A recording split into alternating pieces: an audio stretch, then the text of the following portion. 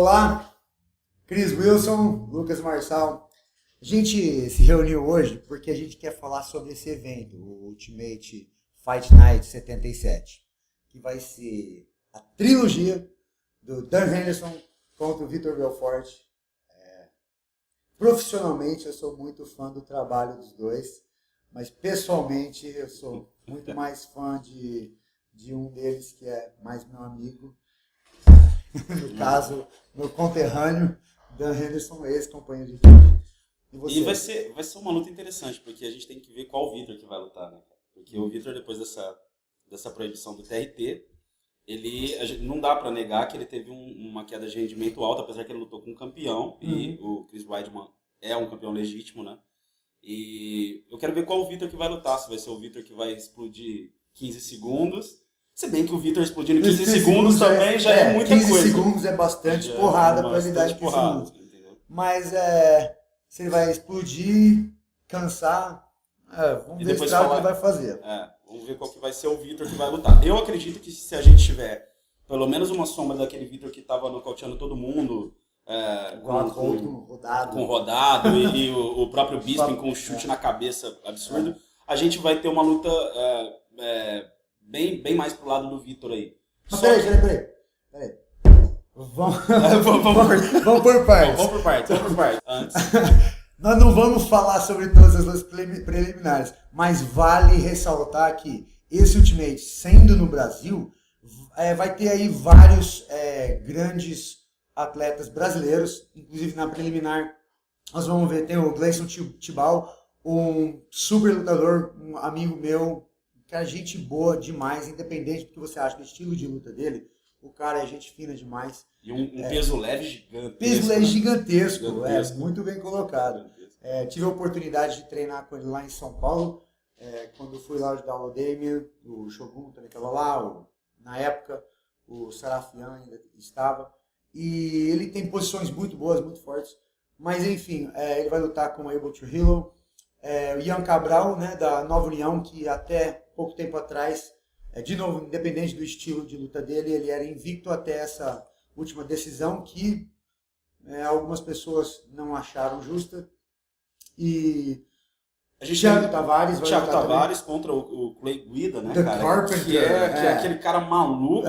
Se você não sabe quem que é o Clay Guida, eu vou colocar um vídeo aqui agora, um pipizinho, pra mostrar aí pra vocês ele dando uma Ele tá com o cabelão ainda? Eu acho que ele nunca cortou. Eu acho que ele nunca cortou. E é engraçado ver ele cortando, porque aquilo deve atrapalhar. Ele cortou? Cara. Não cortou. Aquilo deve atrapalhar, não é possível, cara. A hora que você começa a sangrar, toma uma cotovelada. Não é possível que aquilo pegando na cara, aquele cabelo enrolado dele no olho, cara. Sangrando e pingando no olho. Não, e interessante porque mulheres que têm cabelo grande lutam, e até homens, não me lembro agora de nenhum homem com cabelo grande, mas enfim. Né? Lutador? Lutador. Tem o índio, o Eric Silva. Não tem cabelo grande, mas ele tem a franja. Ele tem a franja que fica caindo na frente. Antigamente tinham mais, né? Você lembra?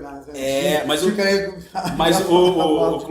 Clay Guida, ele é interessante porque ele, no meio da luta ele dá aquela puxada no cabelo e sai pra porrada. Acredito que vai ser uma luta muito boa. O Thiago tem uma técnica muito boa. É um cara que ele não é muito constante na cena. Ele vai e volta, mas se tiver em forma, a gente sabe que é um cara perigoso, um cara que tem uma mão pesada também. O Clay Guida já não é um cara de mão pesada, mas com volume de jogo que é, tipo, no nível de Caio Velasquez, né, cara? Aquele cara que não para. Não para na pressão. Cara que não para. O Viscar de Andrade também vai lutar. O Pedro Munhoz. O Pedro Munhoz não foi aquele que ele lutou. Não sei se ele alegou que machucou e acabou. Isso foi em outro Ultimate do Brasil que ele alegou que machucou, que houve uma falta, não quis continuar, foi demitido do Ultimate. E depois agora ele voltou, não foi esse? Eu não sei. Se eu estiver falando merda, vocês me... desculpa. Se eu estiver falando coisa errada, depois vocês com certeza vão mandar um hater aí. Exatamente. Mas, bom, enfim. E tem muita luta legal. Muita luta boa. Um evento com boas lutas. Isso, um evento com boas lutas aqui no Brasil, né? Exatamente. Então eu achei legal isso. Então, o Fábio Maldonado, chamado Caipira de Aço, isso porque ele tem uma cabeça de aço, não é possível. Ele vai lutar com o Corey Anderson. Né, Toma muito, até fala devagar. Mas ele é um cara super gente fina, já vi ele lutar ao vivo e também já treinei com ele bastante no Rio. Inclusive a gente ficou no CT lá juntos quando eu morava no Rio. Meu, gente boa pra caramba. O Fábio, ele é o cara que, pelo menos na mão, ele tem uma habilidade impressionante de absorver e desferir golpes, especialmente na linha da cintura, que não é tão comum. Body shots, né? Body shots, e não é todo mundo que consegue realmente usar, mas ele tem tanta experiência no boxe e tal, que ele consegue colocar esses golpes. E ele vai lutar com esse... Corey Anderson. Corey Anderson, que... pelo que eu vejo, esse Corey Anderson, ele é um cara que é um ótimo atleta. Ele tem, se não me engano, 6 vitórias e 1 derrota. Mas ele não tem, pelo menos as vitórias dele que eu vi eu não vi as lutas dele, sinceramente não vi as lutas dele. Mas as vitórias que ele tem não foram contra pessoas de grande expressão. 2 das últimas vitórias que ele teve foram decisões. Como que chama o adversário dele? Jan Blachowicz ganhou por decisão. Se você olhar, o Jan Blachowicz também perdeu 2 seguidas, se eu não me engano, alguma coisa assim. Um cara que tá trilhando um caminho para subir, mas que não efetivamente não representa, não menosprezando o lutador, é óbvio, mas não representa um problema tão sério para um cara que é o Maldonado, que é um cara experiente, Isso. já lutou em pesos, até pesos diferentes dele, né, lutando no próprio peso pesado, e é um cara que tem uma técnica realmente diferente, usa recursos diferentes, né, que é o body shot. Porém, o Anderson é um cara bem mais atlético, então, né, pode jogar aquele jogo mais sujo, que eu acho que é um jogo difícil de fazer com o Maldonado, de você prender o Maldonado, até porque ele joga muito bem no dirty box, né? Inclusive, o Maldonado ele mostrou alguma melhora na sua habilidade de ficar em pé de novo depois de uma queda. Sim. Ou de impedir quedas. Isso nas lutas anteriores. Então, mas veremos. Eu acho que previsão. Como é que fala previsão? Previsão da luta. A previsão da luta. A sua. A minha? A sua. A minha previsão da luta é que o Corey Anderson provavelmente entre para bater forte, encurtar, ele vai querer ficar por cima. Isso é uma coisa que, julgando pelo que eu vejo do histórico dele, parece que pode ser uma vitória por soco ou uma vitória por decisão, por ficar em cima de alguém. É o que eu imagino que ele talvez tente fazer. Eu gostaria muito de ver o Maldonado nocautear. Eu acho que o Maldonado pode nocautear. E eu vou apostar no Maldonado, não só porque é meu amigo, mas porque ele tem mais experiência, ele consegue bater melhor. E você? Eu vou de Maldonado, nocaute. Eu costumo acertar até o round, hein, cara. Eu vou de Maldonado no nocaute no segundo round, cara. Por body shot, batendo bastante no corpo. E eu acho que, salvo a exceção de entrar uma mão mais dura, de repente uma trocação franca e o Maldonado cair, que é uma coisa difícil, eu acho que o Maldonado leva essa sem muito problema. Maldonado cair? Ixi, vamos falar de outra luta. Difícil. É difícil o Maldonado cair. Pode até perder, mas cair é difícil. Então, segunda luta no card preliminar vai ser o Gilberto Burns, o Durinho. Que é o treinador de Gil do Vitor Belfort. E que também luta em todo o card que o Vitor tá, praticamente. Né? E ele foi, se eu não me engano, ele foi campeão de jiu-jitsu. Ele foi, eu acho, campeão mundial de jiu-jitsu, se eu não me engano, o Durinho. Não sei, eu não tenho certeza, mas eu sei que ele ganhou alguma coisa até recentemente no jiu-jitsu, vi um vídeo aí. Contra o... Agora é difícil para todo mundo o nome. Rashid Magomedov. Magomedov ou Magomedov? Magomedov. Normalmente eles falam no Brasil Magomedov. Magomedov? Beleza. Magomedov. O RM. Só pelo sobrenome já dá pra saber que o cara deve ser cascudo. Não, né? deve ser. Lá, porque tem o Khabib, que é um maluco imbatível aí, que na verdade ele ia lutar num card desse, não sei se foi esse ou próximo. Mas parece que machucou de novo, né? Bom, o Durinho tá invicto até agora, ganhou bem, né, dos adversários dele. Porém, ele não ganhou dos caras mais... Não é também uma luta de top contenders da categoria em questão, mas o Durinho é um cara que obviamente tem um chão mais trabalhado do que o Magomedov. Só que o Magomedov tem uma experiência maior, né? Tem mais luta e tal, e lutando lá para aqueles lados a gente sabe que é pedreira, né? Então, pedreira, e normalmente eles têm pelo menos uma certa base no sambo que engloba a pancadaria em pé e também essa parte de chão. A gente tem aí um dos maiores representantes do sambo, é o Fedor, né? Fedor Emelianenko. Para quem não conhece o sambo, dá uma procuradinha aí que... vê um highlight. Um highlight. Um highlight aí do Para vocês do que falam inglês, pode ser highlight, tá? Mas o russo, aí ele vem de algumas vitórias interessantes, né? Ganhou do Rodrigo Dan, que é um veterano no esporte. Inclusive, eu lutei num kart com o Rodrigo Dan lá em Vancouver, no Canadá. Eu venci um cara chamado Ray Steinbeis e ele lutou com um outro rapaz que perdeu, porque o Rodrigo ganhou. E foi uma luta boa. Então ele está lutando há muito tempo também. E ele já tem bastante conhecimento de luta e, sabe, ele entende bem o momento da luta ali. A tendência do Rodrigo Dan não é ficar com medo de lutar e nem nada disso. Então eu acho que é uma vitória interessante ter no cartel essa do Rodrigo Dan. E meu amigo Chuchu, Elias Silvério, ele tem uma vitória sobre o Elias também. O TKO, né? Que, se eu me lembro corretamente, eu acho que eu estava vendo essa luta e estava sendo uma luta interessante. Mas só essas últimas 2 vitórias desse russo aí já me dizem alguma coisa. E ele tem apenas uma derrota, que eu nem lembro de quem que é. Mas essa daí é difícil, sabe? É difícil dar uma previsão, mas...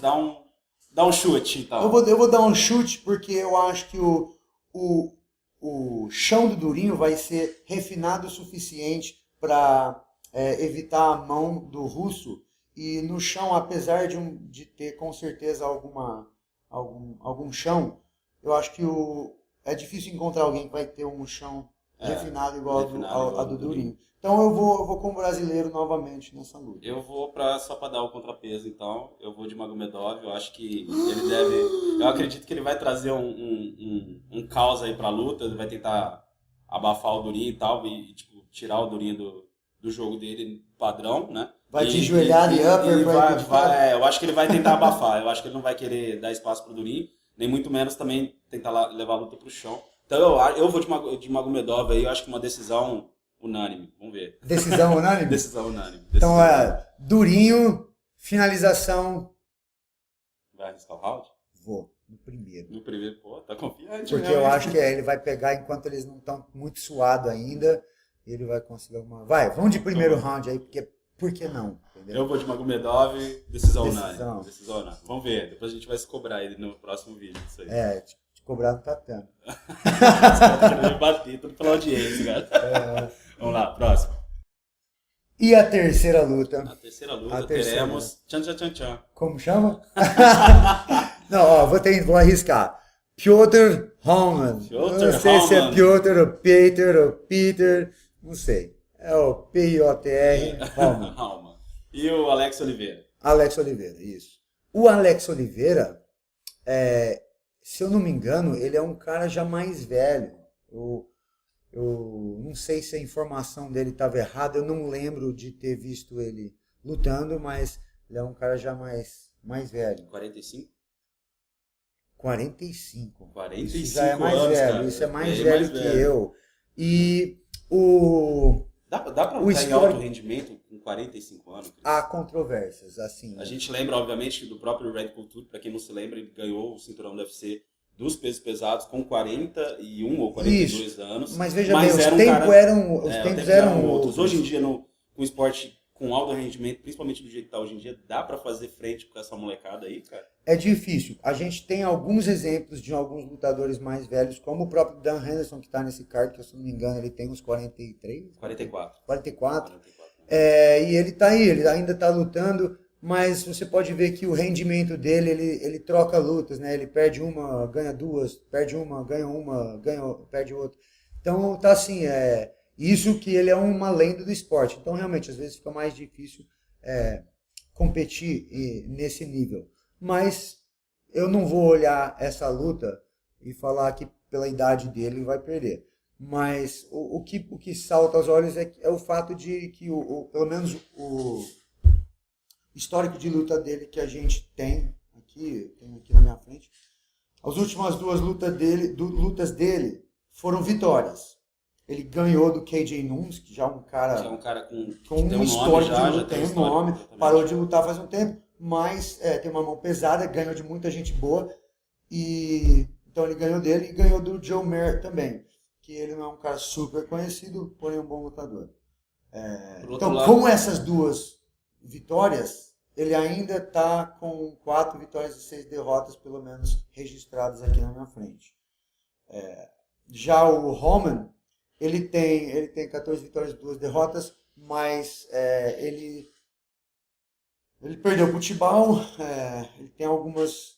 Que também não é demérito pra ninguém, né? Não. Porque o Tibau num dia bom é um peso leve encardido também, né, cara? Agora, ele ganhou do Izzy Edwards, que é aquele negócio, o Izzy Edwards já é um pouco mais velho, só que ele tem muita experiência, ele é muito técnico. Muito habilidoso, né? Muito habilidoso. Adoro o Izzy Edwards. Também gosto muito de ver as lutas dele. E ele ganhou também de uma Saranduba um tempo atrás. Então, e perdeu do Al Yakin. E perdeu do Yakin, que é o cara do selecionado do TUF, né? TUF, exatamente. Então, difícil fazer uma prévia sem um conhecimento mais profundo desses indivíduos, mas eu vou com um cara com nome de polonês aí. Você vai de Hallman? Eu vou de Hallman. Eu vou de Hallman também. Hallman. Eu acho que a idade vai pesar um pouquinho aí. Se for pro segundo round. Então, já começa... Porque hoje em dia o MMA ele tá muito técnico e ele tá muito estratégico, né? Então, se você vai lutar com um cara que é muito mais experiente que você, ou até por idade, ou pela própria carreira, você tem do seu lado a juventude, você vai querer cansar o cara. Então, eu acredito que ele deva fazer um jogo um pouco mais inteligente, né? Até aí, porque vem de 2 derrotas, então tá com a corda no pescoço, né? A degola tá pronta, então precisa ganhar.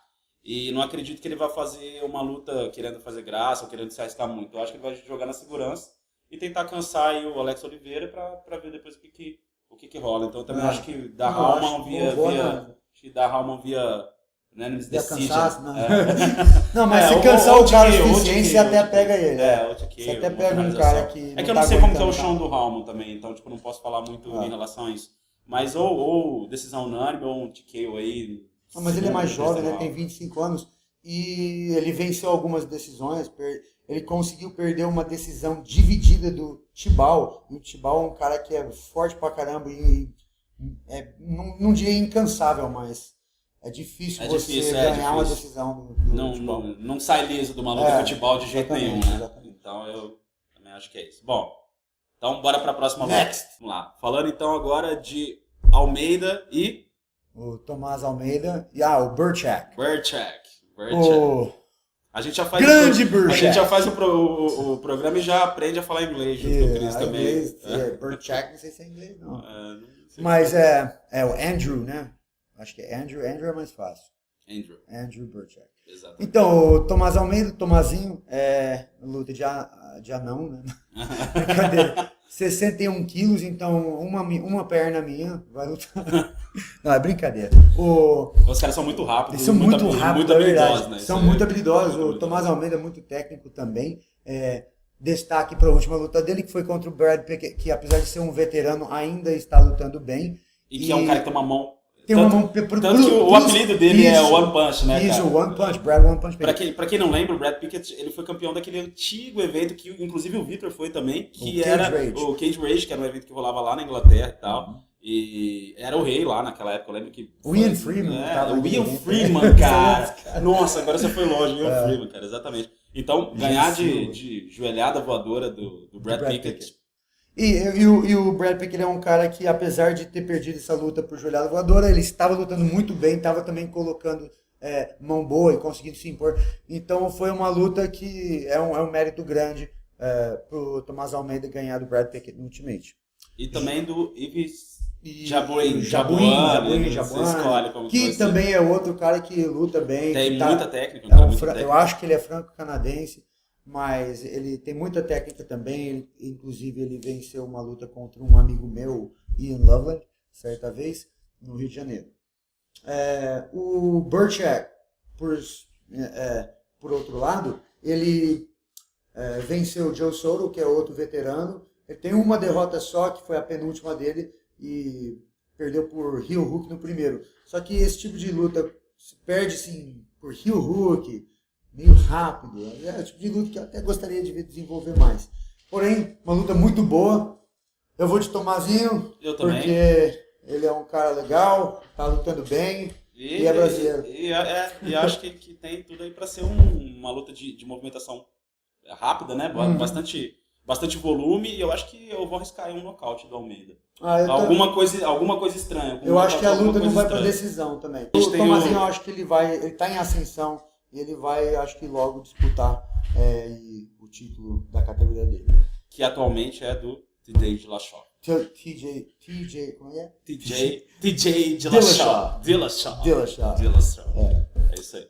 Então, penúltima luta do card é a luta do Patrick Cummins, o Durkin, contra o Glover Teixeira. Exatamente. Um cara duríssimo. Top da categoria, né?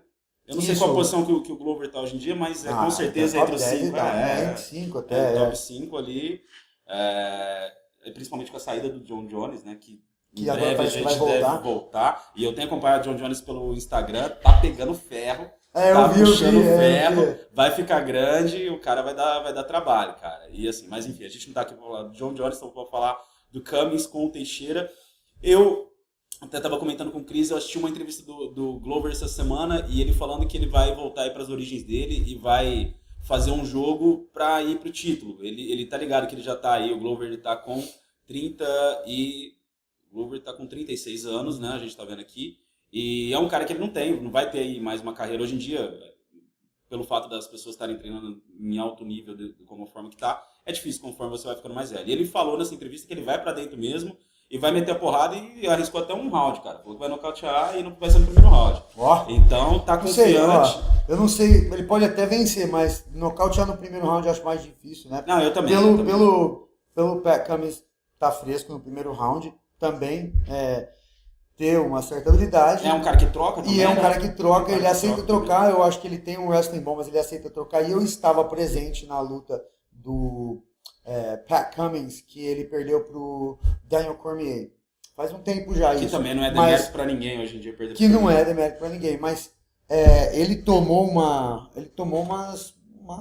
uns punch bem dado. Bem dado do Cormier. Ele apanhou um pouquinho, mas assim, uma vez que ele tomou, ele conseguiu até sobreviver um certo tempo antes de ser finalizado. Mas o Cormier é o Cormier, né? Que é um cara que, enfim, já lutou em categoria de peso pesado e bate mesmo. Olha, eu acho, sinceramente, o Glover bem mais com bem mais chance, mas luta é luta, entendeu? O Cummins não é bobo, não tá lá fazendo como event de bobeira, entendeu? Acabou de ganhar do Feijão, né? A última luta do Cummins ganhando do Feijão. Exatamente. Mas uma coisa que a gente estava conversando antes também, se o Pat ficar na frente do Glover e quiser fazer trocação franca, o Pat vai cair. Eu acho que o Glover tem a mão mais pesada. Tem. E ali pode ser um dia ruim pro Pat se ele decidir, se ele lutar incorretamente. O Glover é uma coisa interessante também, de ver também como tá o queixo dele, né, cara? Porque o Glover, ele fez uma luta contra o Ryan Bader uma vez, e ele tomou uma mão mais pesada, né, que é uma mão normal do meio pesado, né, e deu uma chacoalhada e caiu, quer dizer, chegou até a ajoelhar, né, mas, então a gente não sabe muito bem se ele aguenta esse tanto de pancada, até porque depois a outra derrota do Glover, apanhando assim, né, mas foi pro próprio John Jones, que não é um cara que é conhecido por bater muito forte. É um cara muito técnico, tem os golpes de traumatismo que cortam e tal, né? Mas não é um cara conhecido por bater, vocês entenderam, não é um cara de muita mão pesada, né? Então vamos ver aí como que vai ser, também a hora que entrar uma mão, porque se o Cummins vier pra lutar e fizer um jogo inteligente, não ficar parado na frente do Glover pra trocar com ele, entrar e sair, buscar os ângulos do Glover, eu acredito que vai ser uma boa luta. Inclusive, vale ressaltar que no MMA, não é porque A ganha do B que B vai ganhar do C. Exatamente, etc. Isso não funciona, não é uma matemática. Não funciona, mas vale lembrar as lutas que só essa especificamente do Oven St. Preux, que foram assim, recentes, por assim dizer, que a última do Glover e a penúltima do Cummins. Uhum. Que o Glover ganhou por finalização do OSP e o Cummins perdeu. Então, de pancada. Uhum. Então é uma coisa que eu acho que tem uma vantagem para o Glover e a minha previsão é que o Glover vai realmente conseguir derrotar o Pat.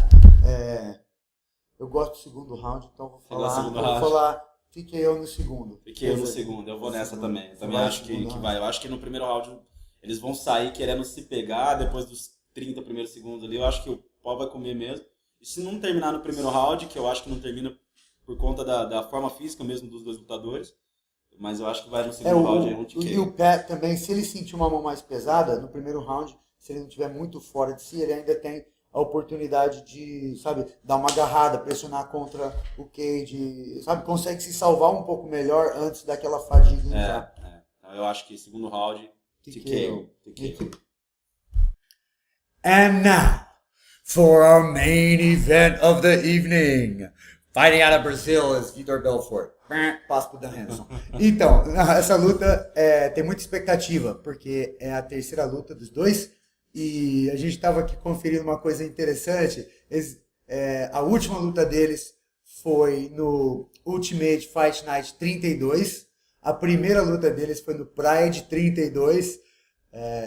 Infelizmente, esse agora é 77. Então, se fosse 64 ia ser engraçado. É um número interessante, mas realmente uma curiosidade que o Chris pegou aqui. A gente tem aí uma luta de dois caras que já são veteranos. Lendas. Que são lendas. Isso é absurdo. Indiscutivelmente. Não tem como discutir. Né? Só que são dois caras com dois estilos totalmente diferentes, apesar de serem dois pegadores, caras que pegam muito forte. Batem forte. Mas o Vitor tem mais recurso, isso Eu acho que recurso técnico.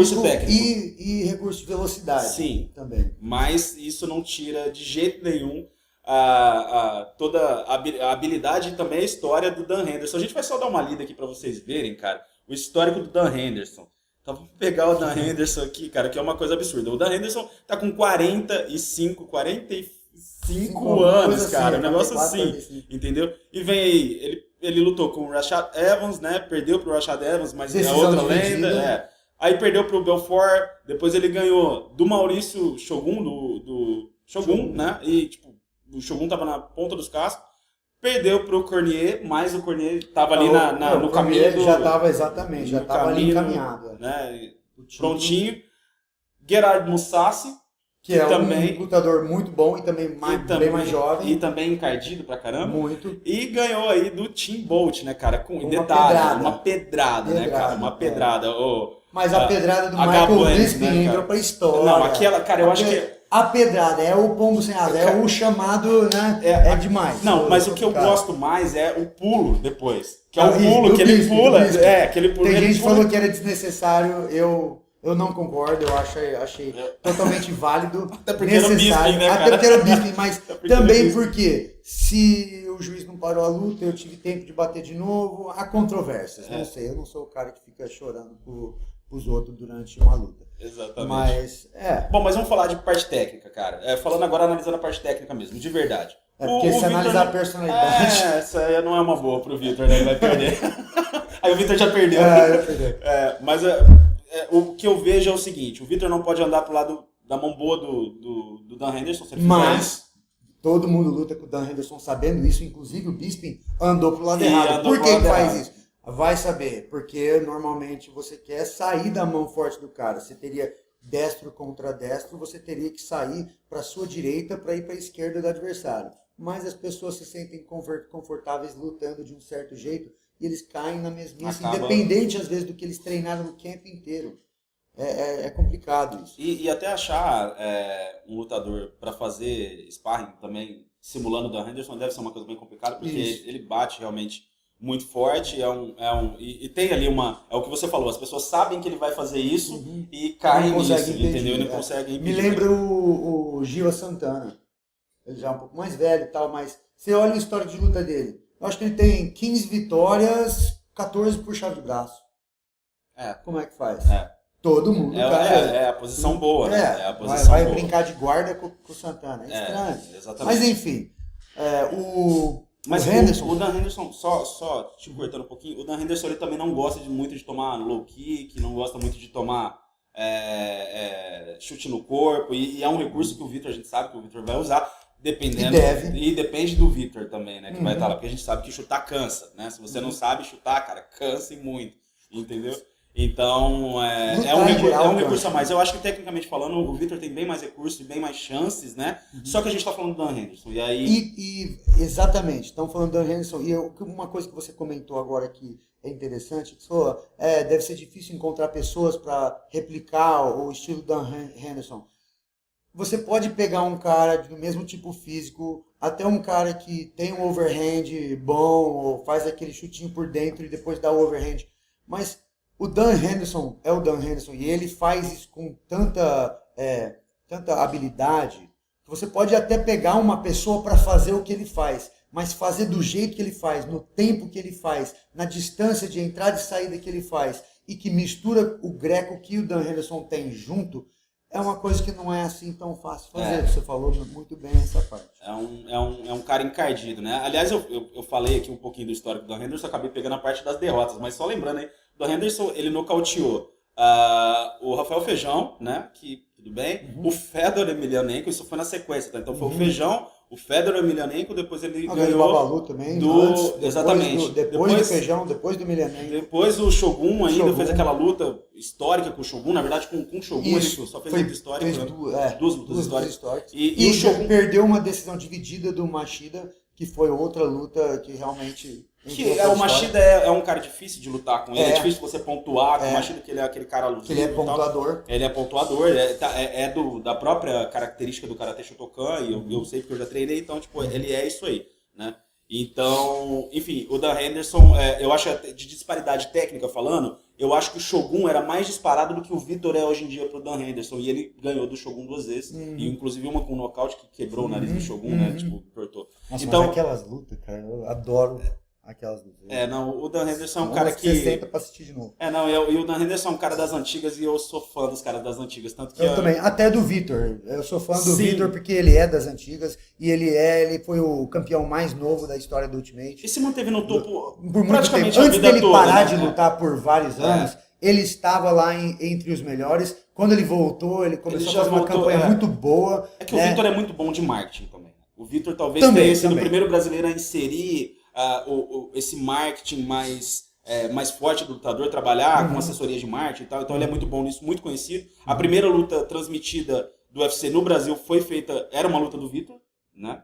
Foi uma luta do Vitor que foi transmitida pelo SBT. Foi o do Brasil? Foi o do Brasil. Foi contra o Vanderlei, exatamente. Ele fez a Blitz, que até hoje eu ensino nas minhas aulas a fazer um Blitz do jeito que o Vitor Belfort faz. Que é andando, dando a passada com o soco trocado. É um dos melhores jeitos de você dar uma blitz em alguém, porque eles não têm tempo de sair ao mesmo passo que você está entrando. Então eles saem de você mais devagar do que você está entrando, com socos sempre com a mão de trás. Então você acaba entrando, batendo com todo o soco forte, e eles não conseguem recuar com velocidade suficiente. Tanto o Vanderlei Silva naquela luta, ele acabou tendo que andar para trás até que ele caiu assim, contra o Cage Brown. E eu adoro o Vanderlei também, o Vandeco é gente boa, mas... Entre o Vanderlei e o Vitor, eu sou muito mais o Vanderlei, eu sou muito fã do Vanderlei. É verdade. Você é tiete, Vanderlei. O cara chega a rolar um suor masculino no olho, assim, quando o cara luta, é complicado. Né? Mas, voltando pra luta do Belfort, tá na hora de arriscar agora. Eu acho que, assim, deixando de lado o coração, eu acho que o Vitor tem mais chance. Eu não consigo deixar de lado. Até porque você conhece o Dan Henderson. Já fiquei na casa dele algumas vezes, semanas, treinando e tal. Gente boa, fazendo churrasco. É uma outra pegada. Né? Mas não vou apostar contra o Dan. Eu gostaria que o Dan Henderson ganhasse essa luta. Eu acho que vai ser uma grande luta, mas eu acho que o Vitor, dependendo do Vitor que entrar, ele tem mais recurso técnico e pode até fazer essa luta. Eu não diria fácil, tá? Mas depende do Vitor que entrar. Se ele entrar muito explosivo, se ele entrar muito rápido. Se ele entrar explosivo e rápido, ele pegar no começo e o Henderson não conseguir pegar ritmo de luta ou recuperar de uma eventual pancada que ele tomar no começo, pode ficar difícil pro Henderson. Pode ficar difícil. Mas eu também vou acreditar que o Henderson vai entrar com uma estratégia bem feita para lutar contra um cara como o Vitor. Se preciso for, clinchar ele, tentar fazer um throw-by, alguma coisa para clinchar, dar cinturada nele, manter pressão nele, talvez até contra a grade para bater num dirty boxing, alguma coisa assim. E depois encaixar uma mão pesada quando for oportuno. Então, até porque o Vitor abaixa bem a guarda quando ele cansa. Quando ele cansa mesmo, né? O Vitor ele cansa de vez. Então a guarda abaixa mesmo e numa dessas. Cansado, eu acho o Henderson mais perigoso do que o Vitor. Eu também acho muito mais perigoso. Até porque as lutas que ele ganhou do Maurício Shogun, ele ganhou cansado. Ele ganhou apanhando, ganhou batendo. Quer dizer, aquela primeira luta. Ele já fez mais. O Henderson já fez mais no terceiro round das lutas dele do que o Vitor chegou em terceiro round. Porém, o Vitor dentro no primeiro round é o Ronaldo do MMA, né, cara? Ele ali no primeiro... Não sei se chega tanto, mas ele é muito bom. Ele é muito bom. Dentro da área ali o cara domina. Bom, eu vou de... tecnicamente falando, eu vou de Vitor Belfort. Eu acho que ele ganha. Acho que a luta não chega até o final, mas não arrisco nada. Mas do coração eu gostaria que o Dan Henderson ganhasse por nocaute. Go Handle! Handle, vai Handle! Handle! Henderson. Não vou apostar contra ele, apesar de saber que o Vitor é perigosíssimo. Beleza. Já era? Vou encerrar agora. Vai. Agora a gente corta e encerra. Vai, vamos. Tá. Você encerra do jeito que você quiser. Fala do seu site, porque seu site já vai estar no ar nesse dia. Pode falar. Tá. Ó, galera, agradeço vocês que aguentaram aí a conversa até agora. Se inscrevam no canal, a gente vai fazer regularmente uma pré e um pós dos eventos, pelo menos os eventos mais importantes. Vamos ver como vai o interesse pela conversa. Mas é isso aí. Se inscreva, curta, compartilhe, deixa um comentário, seja bonzinho com a gente. Não seja mal. E é isso, cara. Acesse o meu site para conhecer um pouco mais sobre quem sou eu e o que eu já fiz também. chriswilsonmma.com.br. Chris com CHRS, tá? Tá aparecendo na tela aí agora. Tá aparecendo. Tá aparecendo na tela. chriswilsonmma.com.br. Eu tenho o Twitter também, que é o chriswilsonmma. Tá na tela.